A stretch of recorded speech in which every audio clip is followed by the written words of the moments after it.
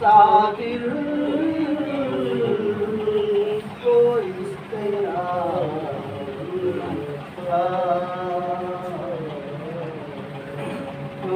شار سے جو بچا،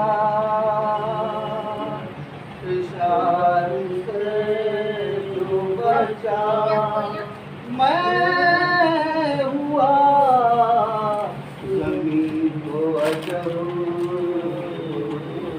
سرائے قبر کی حکم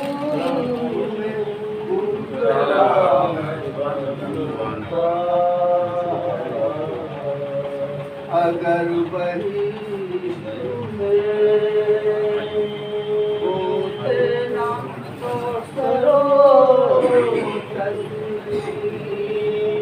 اگر بہشت میں ہوتے نہ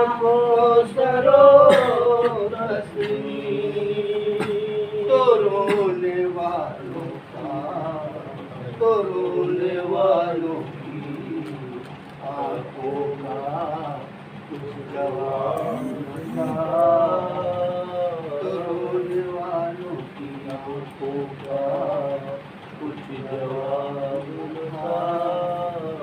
علی کے پائے مبارک نے جو ضیا پائی، علی کے پائے مبارک نے جو ضیا پائی، وہ نور حضرت موسیٰ کو دستیاب تھا، وہ نور حضرت موسیٰ کو دستیاب تھا۔ تو فقط حسین کے بچوں پہ بند تھا پانی، فقط حسین کے بچوں پہ بند تھا پانی، بہت قریب تھی وہ نہر احتیاط نہ تھا، بہت قریب تھی وہ نہر احتیاط نہ تھا۔ برہنہ اٹھ پہ سیدانیاں تھی بلوے میں، برہنہ اٹھ پہ سیدانیاں تھی بلوے میں، وہ دیکھتے تھے تماشا حجاب نہ تھا، وہ دیکھتے تھے تماشا جنہیں حجاب نہ تھا۔ کہانی سن بسر کر دو خاکساری میں، کہانی سن بسر کر دو خاکساری میں، کہیں نہ یہ غلام ابو طالب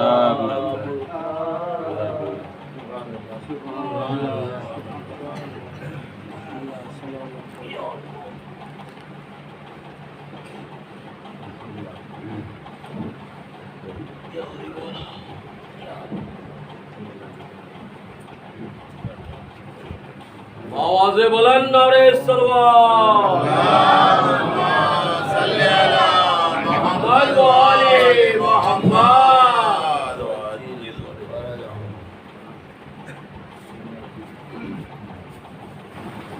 رحم اللہ من قرأ الفاتحہ۔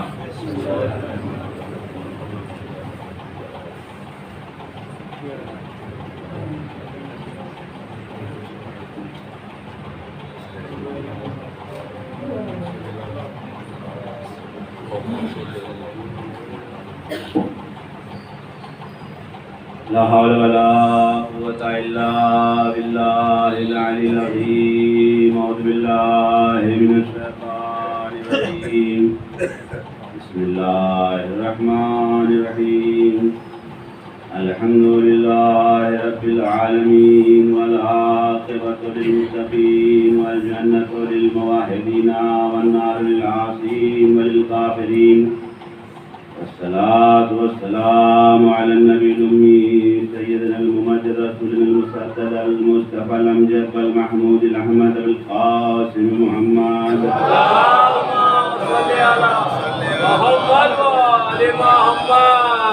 وآل الطيبين الطاهرين المعصومين المظلومين ولعنة الله على أعدائهم أجمعين من يومنا هذا إلى يوم الدين. أما بعد فقد قال الله في كتابه المحكم وخطابه المتقن وقوله الأحسن. بسم الله الرحمن الرحيم. إني جاعل في الأرض خليفة. صلوات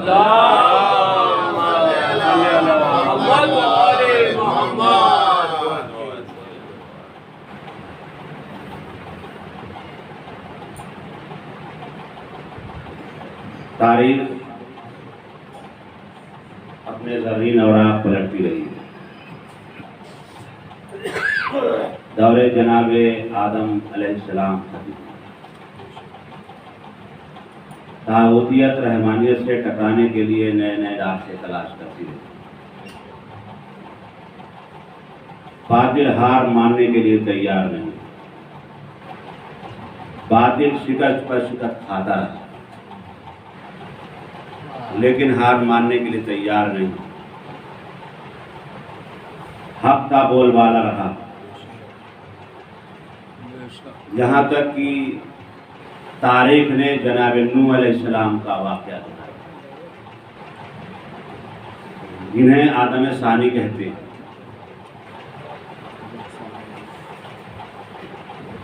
یہ بات مد نظر رکھیے. یا ایھا الذین آمنوا قوا انفسکم واہلیکم نارا. اے صاحبان ایمان اپنے کو اور اپنے اہل وال کو جہنم کی آگ سے بچاؤ. آپ پر چاہے جتنی پریشانیاں ہوں آپ پر لازم و ضروری ہے کہ آپ اپنے کو جہنم کی آگ سے بچائیں اور اپنے اہل وال کو بھی جہنم کی آگ سے بچائیں. اگر آپ نے ان کی تعلیم و تربیت نہیں دیا, ان کو راہ راست پہ نہیں لائے, اب ان کو راہ راست پہ لانے کے لیے چاہے جتنی ہی کیوں نہ پریشانیاں جھیلنا پڑے. پڑھانے لکھانے کے سلسلے میں انہیں فیس دینا پڑتا ہے, پیسہ دینا پڑتا ہے, خرچہ اٹھانا پڑتا ہے. یہ مصیبتیں تو ہے. کیوں؟ تربیت دینے کے لیے سب ہو رہا ہے. اسی طریقے سے یہ منزل بڑھتی جائے گی جیسے جیسے ذمہ داریاں بڑھتی جائیں گی. میں نے جمعہ میں کہا تھا تو جو انبیاء کرام اور معصومین علیہ السلام نے اتنی مصیبتیں جھیلی یا اتنی پریشانیوں مصیبتوں کو برداشت کیا وہ یہی تھا کہ تم اپنے کو اور اپنے اہل وال کو جہنم کی آگ سے بچاؤ. اب یہ انبیاء امام امت کے باپ ہیں, لہذا باپ کی ذمہ داری ہے کہ خود تو بچے ہی معصوم و نبی ہیں, لہذا پوری امت کو جہنم سے نکال کر کے جہنم کا راستہ دکھائیں, انہیں جہنم سے بچائیں. اب چاہے جتنی ہی کیوں نہ اتنی مصیبتیں پڑے, اللہ نے جناب نوح کو اپنا نمائندہ بھیجا, ہادی بنا کے بھیجا. ورنہ ہم آپ کے یہاں کیا ہوتا ہے, تھوڑی سی پریشانی مصیبت ہو گئی صاحب بیزار ہو جاتے ہیں. دین کے معاملے میں یہاں نہیں جائیں گے وہاں نہیں جائیں گے. ارے ہمارا اپنا ذاتی معاملہ امام حسین السلام سے کیا ہے؟ آپ تو امام حسین السلام کو مانتے ہیں. وہ تو ایسے ہی ہوا کہ آپ سے دوستی ہے, آپ تو ان کے دشمنی معاذ اللہ خدا نخواستہ, تو اب آپ کے ساتھ تو بھی ہم سے ناراض ہو گئے. تو یہ بھی تو غلط ہے, یہ چلتا نہیں. لیکن اگر آپ امام حسین علیہ السلام کے محب ہیں, آپ بھی محب ہیں, آپ بھی محب ہیں, تو مجھ سے اگر آپ سے کچھ غلط فہمی ہو گئی ہے تو غلط فہمی آپ سے ہم سے ہونا چاہیے, ختم ہونا چاہیے. مسجد یا عزائے امام حسین علیہ السلام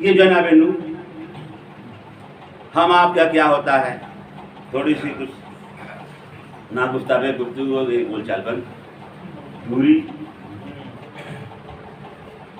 جناب نوح دوری نہیں اختیار کر رہے ہیں، دعا کر رہے ہیں پالنے والے انہیں راہ راست پہ لا، انہیں توفیق دے دے.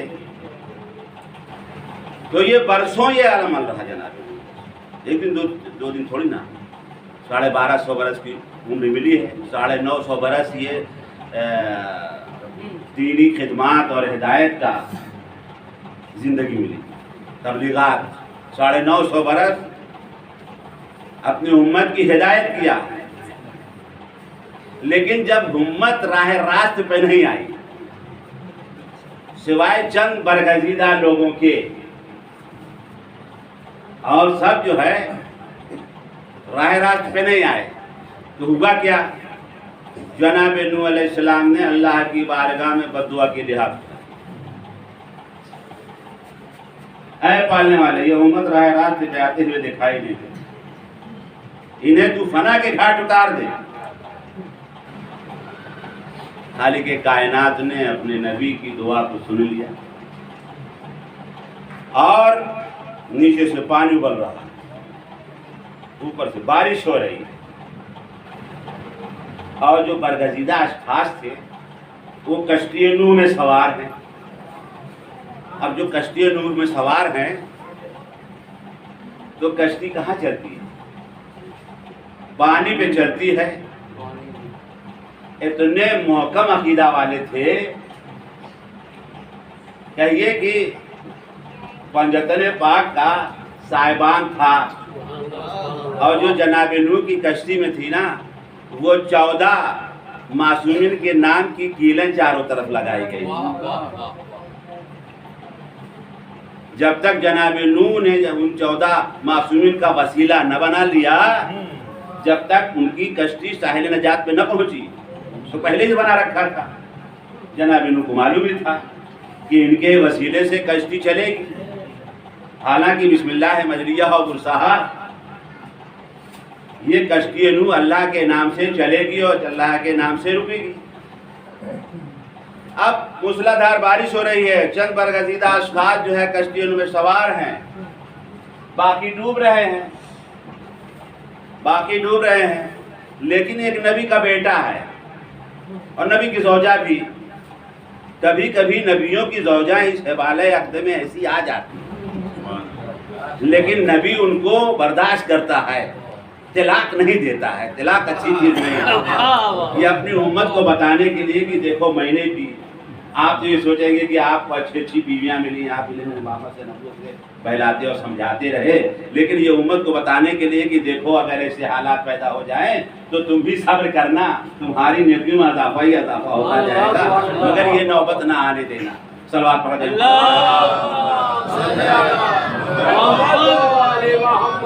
اور ان کا بیٹا جو ہے وہ پہاڑ کی چوٹی اختیار کر رہا، یا بنیا ارکب معنا ہے، میرے بیٹے آجا کشتی میں سوار ہو جا. بیٹا جو ہے کشتی سے روگردانی کرتا ہے اور کہتا ہے کہ پہاڑ مجھے بچا لے گا. معلوم ہوا کہ جب نبی کافر کو بلاتا ہے تو کافر پہاڑ پہ بھاگتا ہے، اور اکثر تو ناز بھی کرتا ہے کہ میں بزے کوہی کی طرح چھلانگ مارتا تھا. سماعت پڑھ دیں.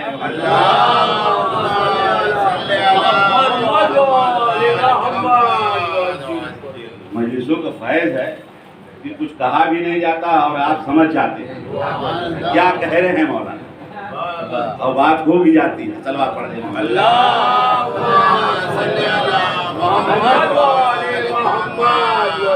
کہاں مجھے پہاڑ لے گا؟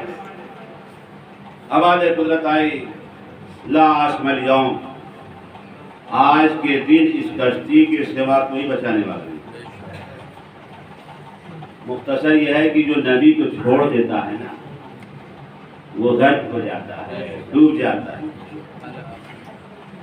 کشتی نوح موجوں کے تھپڑے کھاتی رہی، اور وہ وقت آیا کہ کشتی نوح جا کر کوہ جودی پر ٹھہر گئی.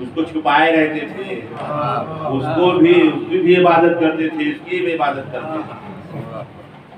یہی وجہ ہے کہ جب چوتھی دفعہ مولائے کائنات خلیفہ بنائے گئے تو جو زندہ تھے دور حیات میں رسول کے پیچھے نماز پڑھ چکے تھے تو انہوں نے کہا آج ہم نے ویسی نماز پڑھی جیسے رسول اللہ پڑھا کرتے تھے۔ صلوات پڑھ دیں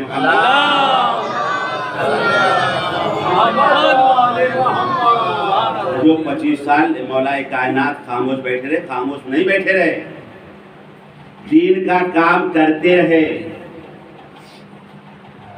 کیونکہ مولا علی کے نزدیک جو ہے لوگ مقصد نہیں تھے، مقصد دین تھا۔ بتا چکا ہوں میں یہ لفظ کہ مقصد دین تھا، مقصد لوگ نہیں تھے۔ اگر مقصد لوگ ہوتے تو جیسے ہمارے یہاں کہا جاتا ہے جو دشمن ہوتا ہے تو وہ دشمنی میں کہتا ہے کہ پھنسا، لیکن اگر یہ کہے گا تو وہی چیز کل اس کے اوپر بھی کما تو دین و تدان جیسی کرنی ویسی بھرنی۔ اگر تم کسی کے لیے خیر چاہو گے تو اللہ بھی تمہارے لیے خیر چاہے گا، تم کسی کے لیے برا چاہو گے تو اللہ بھی تمہارے لیے برا چاہے گا۔ تو یہ انسانوں کا مزاج ہے، لیکن مولائے کائنات نے جب بھی کوئی قضیہ آیا، فیصلہ آیا تو مولائے کائنات نے انکار نہیں کیا، اس مشکل کو حل کیا، دین کے معاملے کا فیصلہ کر دیا، اس لیے کہ مولا علی کی نظر میں لوگ مقصد نہیں تھے، دین مقصد تھا۔